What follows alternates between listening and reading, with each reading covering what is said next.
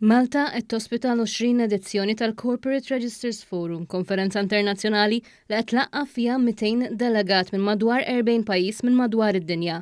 Fil-ftuħ ta' din il-konferenza internazzjonali l-Ministru għall-Ekonomija Silvio Xkembri tenna li l-Malta Business Registry kien kruċjali biex pajjiżna jiġġieled il-ħasil tal-flus u fl-iżvilupp ta' tkabbir ekonomiku ta' pajjiżna.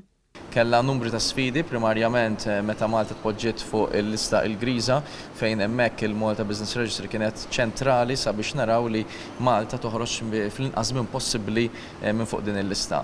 Dak ix-xogħol għamletu tajjeb ħafna, kien hemm ħafna ġimgħat u xhur ta' ħidma intensiva u tibdiliet li kien hemm bżonn. F'kumment ma' One News, il-Ministru Xkembri spjega li pajjiżna ngħaqad membru fil-Corporate Registers Forum fi frar tas-sena l-oħra u f'dan iż-żmien qasir Malta qed tospita din il-konferenza tal-ogħla livell.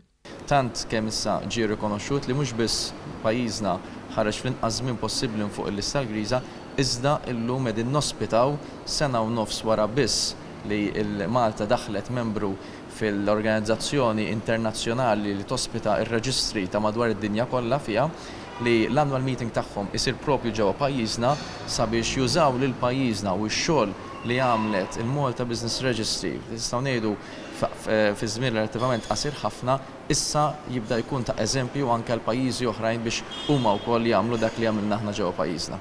Fil-bidu ta' din il-konferenza internazzjonali li għandha sa nhar il-ġimgħa għaddejja tkellmet ukoll il-President tal-Corporate Registers Forum, Louise Smith, f'dan ir-rigward u qalet li Malta f'dan iż-żmien qasir għamlet impressjoni tajba u għandha ambizzjonijiet kbar.